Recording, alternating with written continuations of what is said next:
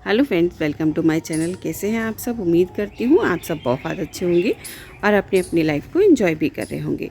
तो फ्रेंड्स, मैंने जैसा कि आपको बोला था कि मेरे गार्डन में बहुत सारे प्लांट्स लगे हुए हैं, उन सब के बारे में एक एक करके आपको बताऊंगी। तो सबसे पहले मैं आपको एक प्लांट जो था वो उसके बारे में बता चुकी हूँ। जो हेज के रूप में भी उसे लगा सकते हैं आप। तो मेरी आप वो लास्ट वीडियो देख सकते हैं, इससे पहले वाली। तो चलिए, आज मैं आपको एक दूसरे प्लांट के बारे में बात करने वाली हूँ, और ये है, देखिए, ऑरेलिया प्लांट। ऑरेलिया प्लांट की एक ख़ास बात ये है कि इसकी ढेर सारी वैरायटी मिलती हैं, ढेर सारे शेप्स में मिलेंगी पत्तियाँ आपको। लगभग 20-30 से भी ज़्यादा आपको इसकी वैरायटी मिल जाएंगी। वैसे तो लोग कहते हैं इसको कि ये इंडोर लगाया जाता है। इंडोर तो बहुत अच्छा चलेगा ही, लेकिन इसे अगर आप आउटडोर लगा रहे हैं ना, तो आउटडोर भी लग सकता है। इसका उदाहरण है ये देखिएगा कितना घना और कितना बड़ा ये प्लांट है। मेरा गमले में लगा हुआ था जब पुराना टेरेस गार्डन था मेरा, वहाँ पर तो ये सिर्फ बहुत छोटा सा था। और यहाँ 2 साल हुए हैं मुझे, 2 साल में ही देखिएगा आप इसकी ग्रोथ कितनी अच्छी हुई है और कितना घना है, जबकि ये बाहर ही लगा हुआ है इस तरह से।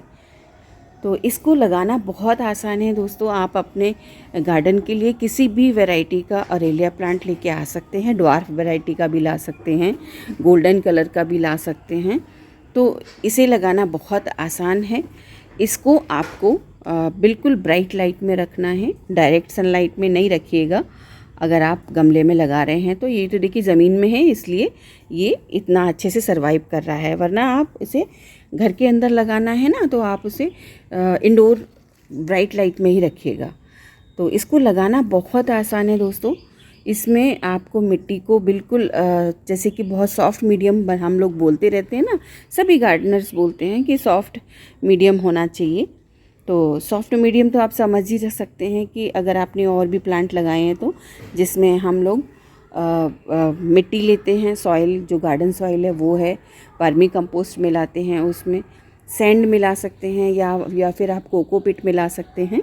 तो इस तरह से आप उसे बहुत ही पोरस सा, बहुत ही सॉफ्ट मीडियम बना करके तैयार कर सकते हैं। तो इसको आप बिल्कुल ब्राइट लाइट में रखिएगा।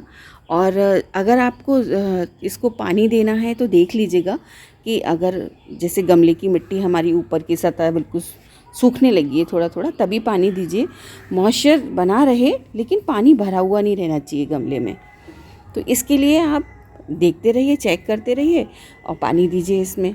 और इसको जो खाद देने का टाइम होता है वो है स्प्रिंग सीज़न है, जैसे उस सीज़न में आप इसको खाद दे सकते हैं। 1 या 2 बार खाद देने की ज़रूरत है, बहुत ज़्यादा इसको खाद देने की ज़रूरत भी नहीं होती है। तो अभी देखिए कितना अच्छा, कितना घना है ये प्लांट। तो गमले में भी इसी गमला पूरा भर जाता है तो बहुत सुंदर लगता है। इंडोर में कलरफुल लीव्स होती हैं इसकी।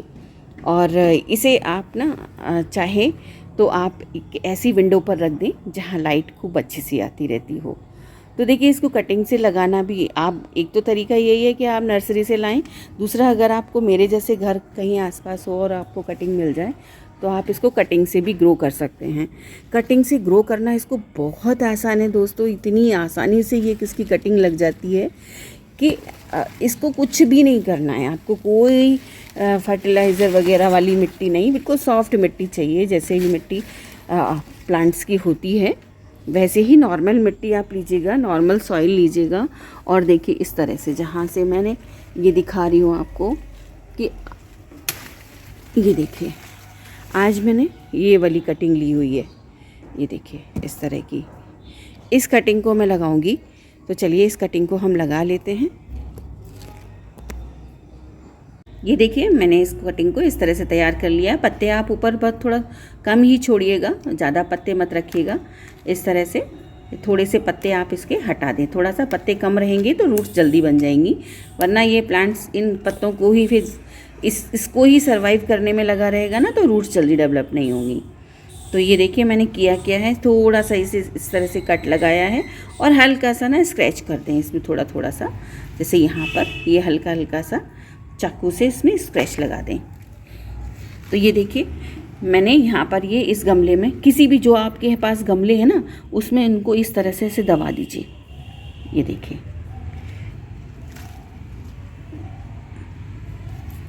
ये मैंने इस तरह से इस गमले में दबा दिया है, क्योंकि ये अभी थोड़ा टेढ़ा है, तो जब हम इसको सपोर्ट दे देंगे ना तो ये सीधा हो जाएगा। इस तरह से आप इसको मिट्टी में दबा दें। इसकी रूट्स बनने में बहुत ज़्यादा टाइम नहीं लगता है।